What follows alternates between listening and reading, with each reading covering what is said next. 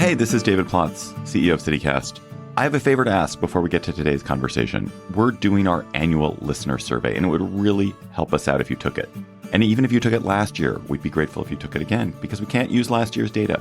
Please go to citycast.fm/survey to take the survey. It's only 7 minutes long, we know, because we timed it. That's citycast.fm/survey. And when you take the survey, you'll also be eligible to win a $250 Visa gift card and CityCast swag, that great CityCast swag. citycast.fm/survey. I recently got the chance to stay at the Inn at 500, located in the heart of downtown Boise. With complimentary drinks at check-in and spacious luxe penthouses and suites, it's an ideal spot for celebrations and your visitors. It was the perfect place for me and my husband to sneak away for a little staycation. We loved the cozy fireplace in our room and the balcony with gorgeous views of the city skyline, where we shared coffee in the morning. Ready to plan an unforgettable Boise stay? Book now at innat500.com. Today on CityCast Boise, we know that city officials have been focused on increasing affordable housing. But with everything from interest rates to labor shortages in their way last year, how are they able to add 250 homes at Boise budgets? And is it actually enough? We're finding out. It's Monday, January 27th. I'm Frankie Barnhill, in for Lindsay Van Allen, who's hosting this conversation, and this is what Boise's talking about. I'm chatting with Nikki Olivier Hellenkamp, the Director of Housing and Homelessness Policy with the City of Boise. Thanks so much for being here, Nikki. Thanks so much for having me. You've really dedicated a lot of your work towards solving our affordable housing shortage. What kind of progress are you seeing on that front? And would you say that Boise is getting more affordable for people who are looking for affordable housing? Wow, that's a great question and kind of a complicated one to answer. In terms of the progress that we've been seeing, we have seen many more affordable homes come online for Boise residents than we've seen in the past. Just in 2024, there were over 150 affordable homes that completed construction and welcomed people home. Just for context, we've historically averaged about 50 affordable homes per year coming online, so this is a very significant increase. But to your point, this absolutely does not meet the larger need in our community. So while we can be happy about the progress that we've made and continue to celebrate those accomplishments, we know that there is so much more to be done. And it's going to take more than just the city of Boise to do it, to be frank. And I'm wondering, what are you finding that's making the most difference when it comes to increasing access to affordable housing? And then on the flip side, what's not working or what hasn't worked and where you're really pivoting away from? So when it comes to what makes housing affordable or not affordable, one way that I've heard it described is using what's called the 5 L's. So this is the cost of land, the cost of labor, the cost of lumber or your building materials, the cost of loans, so interest rates, the cost of capital, right? And then laws. And so as we think about all 5 of those factors, that's what impacts how affordable the housing that's produced by the general market is, right? If interest rates go down, then we might see it being more possible to bring more housing online. If the cost of land goes up, yikes, now suddenly the housing is more expensive that's being produced. And so when we think about what's affecting our entire market, we have a whole array of factors that are really macroeconomic factors that are outside of any of our control. And so as we think about what can a local government do, given that we don't impact the cost of lumber, we don't have control over what happens to interest rates. One thing we can do is look particularly at housing for folks with lower incomes. So folks who are making less than the median income and oftentimes much less than the median income. We typically look at 60% of the area median income and below, folks with those incomes. Can I ask, what is the median income? And then what is that 60% of the median income? Yeah. So in Boise, our typical household size is around 3 people. And so if you were at 60% of the area median income in a 3-person household, you're talking about an income of just under $53,000 a year. And affordable housing costs for a household at that income level, we would consider to be about $1,300 a month, because that's about a third of the overall income. So when we think about the housing opportunities that are available in Boise for a 3-person household at about $1,300 a month, those are pretty limited. And the new housing that comes online, because of the cost of construction, labor, land, it's really unlikely for that housing to be made available at those kinds of rates, just because the business bringing that housing online would lose money, right? If they build a brand new building and then they rent it at those kinds of rates. So what the city of Boise and what municipal governments and state governments all over the country have done is to say, okay, if we know that we need homes for people on Boise budgets, right? We need to have homes available for the folks who make up the fabric of our community. So in order to do that, we bring some subsidy to the project. So we say, look, the only way that these homes are going to be affordable for people at lower incomes is if we invest in the project, and that brings the cost down. So in exchange for our investment, we then say, look, you need to agree, developer, to hold the rents at this in this building at this affordable level for a certain number of years. And so they agree to do that, and that's a lot of how we get these affordable homes online and make them available for Boise residents. And do you think that has created enough of this affordable housing? I guess maybe one of my questions is, like, what percentage of the population of Boise falls in the demographic where they need this affordable housing, and how close are we to meeting that need? Yeah, so when we think about folks who are making below 60% of the area median income, that's less than half of the population of Boise, because if you think about 100% of the area median income, that's the person who's exactly in the middle, right? Where half of Boiseans make more than them and half of Boiseans make less. So if you're at 60% of that, then you're talking about less than half of the population, but still a pretty significant chunk, right?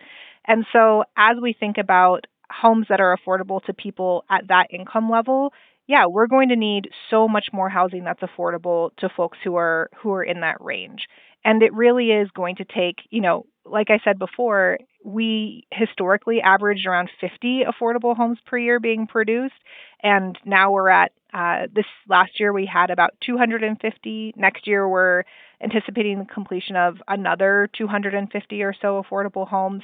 And that's great progress, but there's certainly more than 250 households in Boise who are in need of these affordable homes. So we really need to work more broadly to think about how we partner with the larger community, whether that's philanthropy, whether that's the development community, and be really creative about how we can make sure that those homes come online. Boise was just awarded a new federal grant for $6.7 million that's supposed to be used for preserving affordable housing. What does that mean, and what does that look like for families who are looking for affordable housing? Absolutely. So oftentimes when we talk about affordable homes, we think about new construction, right? We think about building a new building and the ribbon cutting, and then it opens and everyone's so excited and people get to move in. And that's really fun. The new construction is a really important piece of it. But there's a really essential component as well, which is the preservation of existing affordable homes. And that could be affordable homes that are where a developer has agreed to keep rents at a certain level for a certain number of years, but we're getting close to the end of those years. And now what's going to happen, right?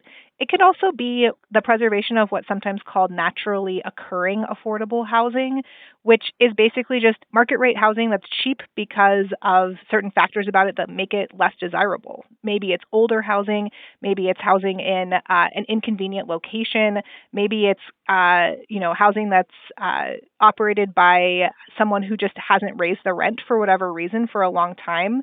And so they're kind of holding it at that level, but not because they've promised anyone that they'll do so, just because that's what they're doing. And so when we think about that kind of preservation side of things, when we see the market swing and see rents go up really significantly, like we did, around 2021, what's happening there is we're losing that naturally occurring affordable housing. The homes that we can afford, suddenly we see huge rent increases, and now we have what's sometimes described as a leaky bucket, where we're pouring in more and more water at the top, and that's the new affordable homes we're building, but we're losing water at the bottom as we have agreements that are coming to their conclusion in terms of holding rents at those low levels, and we have the market just, swinging and making it so that people can charge more for existing inventory. So it is a really important component is to think about how we address that preservation side.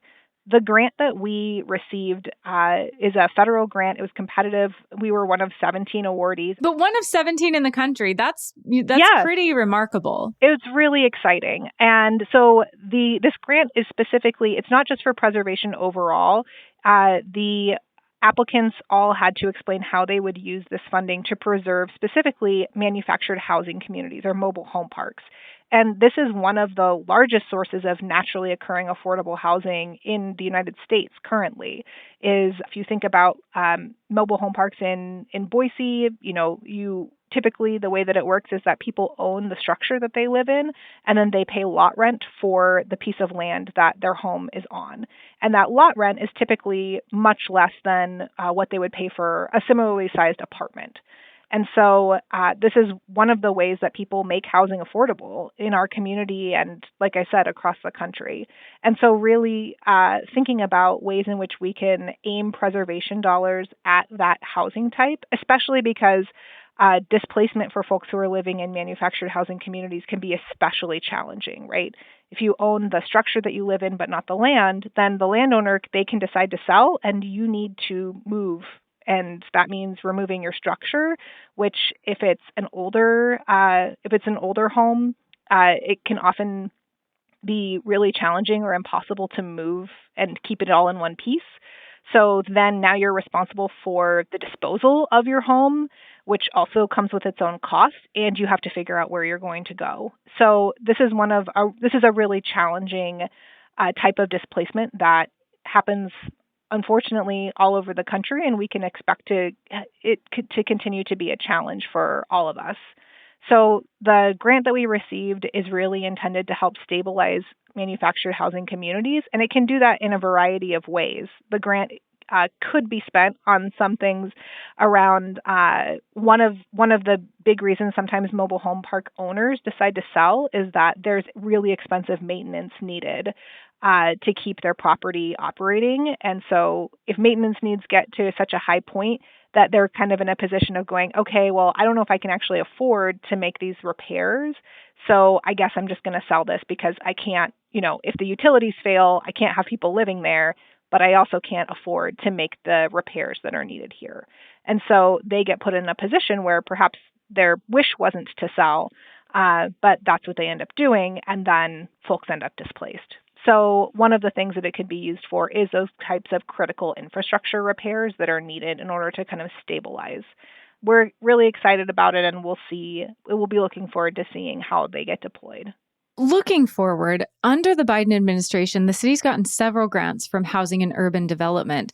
Are you worried at all that access to federal grants will dry up under the new Trump administration? It's one of those things that we're just going to have to wait and see what the agency's priorities will look like under the new administration. You're right that we have received several competitive grants in just the last few months, and that's been really exciting. But these are honestly the first competitive grants that the city's received on the housing side for, I think, at least the last 5 years. So it's something that I think we're getting better at competing for, and I hope that we will continue to be very competitive as there are future opportunities. Do you plan your vacations based on whether you can speak the local language? With Babbel, language no longer has to be the barrier. I'm David Plotz, the CEO of CityCast, and I went to Mexico City a couple of years ago with my girlfriend, who's a native Spanish speaker, so I just let her do all the talking, like all of it. I adored the city, and now I'm going to go back in a couple of months, but with my college roommates, who are a bunch of middle-aged men, none of us Spanish speakers.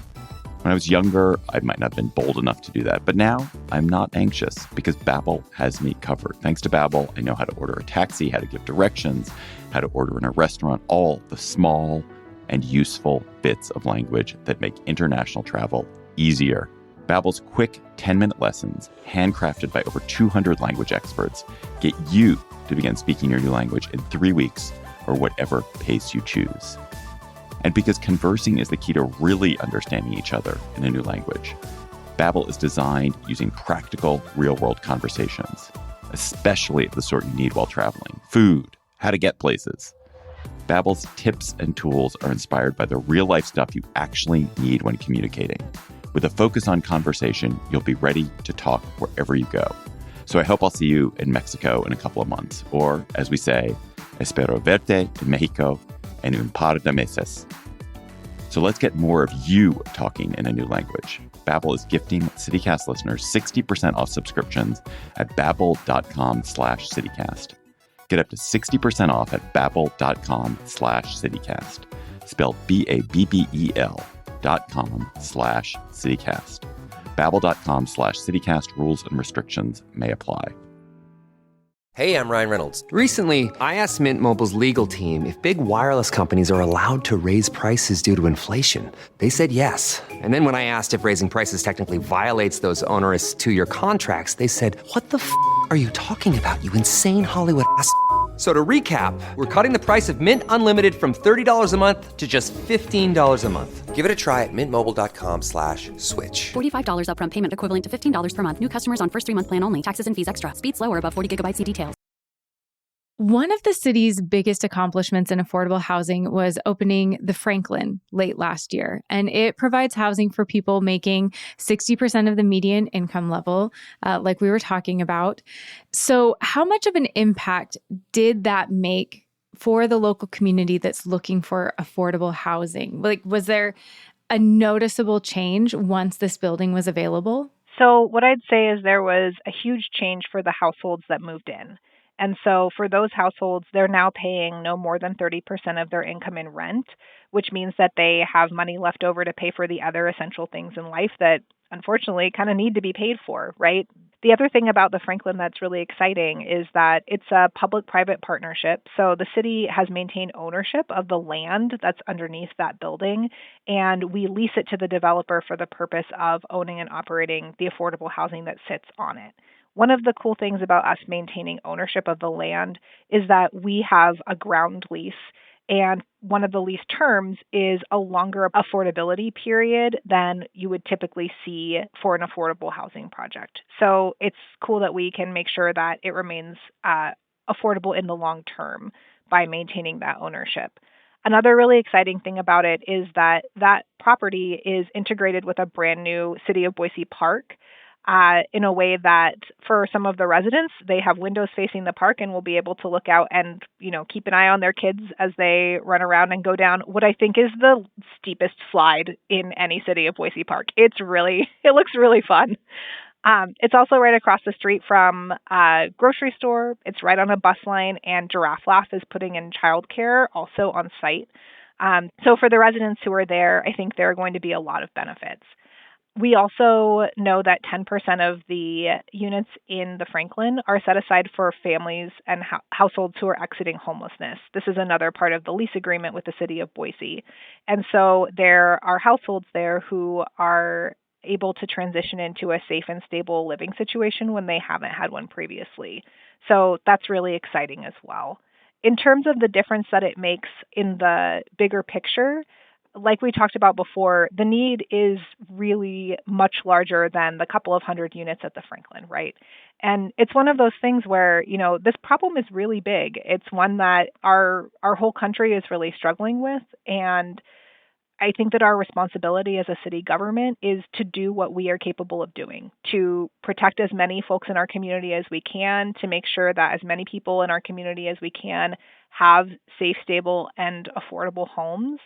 And we also know that we're fighting against really big macroeconomic forces that are beyond our control. And so holding on to kind of that ethic of we are going to do what we can do, and we're going to work with everyone we possibly can to make the biggest impact that we can is, I think, the way that we really approach this work. And Nikki, it sounds like one of the great things about the Franklin is it's in a good location. It has a lot of amenities and things that, a park, great things for families and families looking for a nice, stable place to be a family and to live. It sounds like an issue with some of the other housing that is affordable is it's not in a desirable location. Is the city looking at having more of these public-private partnerships to bring more of this desirable, close to amenities housing that is still affordable for people? Thanks so much for asking that. And the answer is yes. I mean, in the last year, we saw 17 affordable units open up in the North End as part of a larger market rate development right by Alchemist Coffee, and the State Street bus line is right there. We also saw the opening of Celebration Acres, which the city of Boise also invested in. That's a property in West Boise that a local nonprofit, Aleda, opened on land that they owned. And, Aleda is an anti-poverty nonprofit. They provide services to low-income households like utility and food assistance, but they also decided to step forward and provide land for affordable homes because they saw the need in our community.